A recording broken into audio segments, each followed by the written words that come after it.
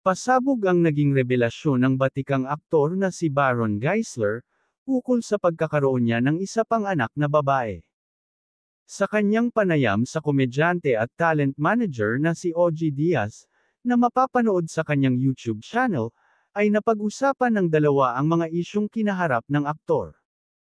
Sa isang bahagi ng interview ay napaamin ni Mama Og si Baron, tungkol sa isa pa niyang anak na babae maliban sa anak nila ng asawang si Jamie Evangelista.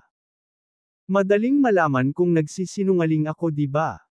When I speak the truth, I speak the truth. When I lie, I lie. I have someone out there.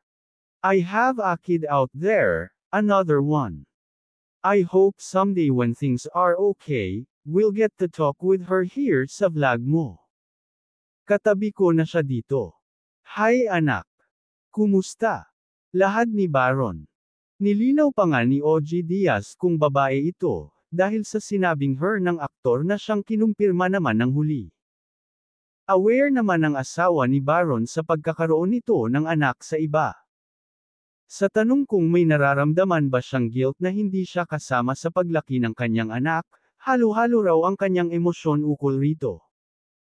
Ayon kay Baron, happy ako na lumaki siyang hindi niya naranasan yung kapangitan ng ugali ko, kabalastugan ko.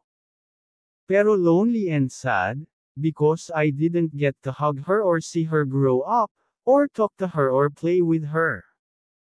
Pero naniniwala raw siya sa kasabihang, everything happens for a reason. Namit na rin daw ni Baron at ng asawa niya ang kanyang anak. Isa pa raw sa rason kung bakit maayos niyang nagampanan ang role bilang si Rostan, sa pelikulang Dollhouse, ay dahil dito. Kaya nakarelate ako kay Rostan dun sa Dollhouse. Dun ako humugot. Kasi ang huling beses ko siyang nakita, 5 or 6 years old siya. And then, biglang dalaga na siya, chika pa ni Baron.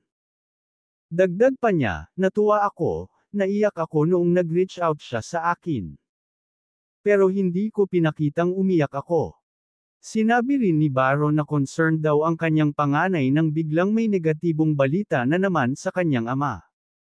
Sa ngayon ay busy lang daw sila parehas, dahil focus niya ang career at focus naman ng anak ang pag-aaral, pero nangangako siyang babawi sa anak.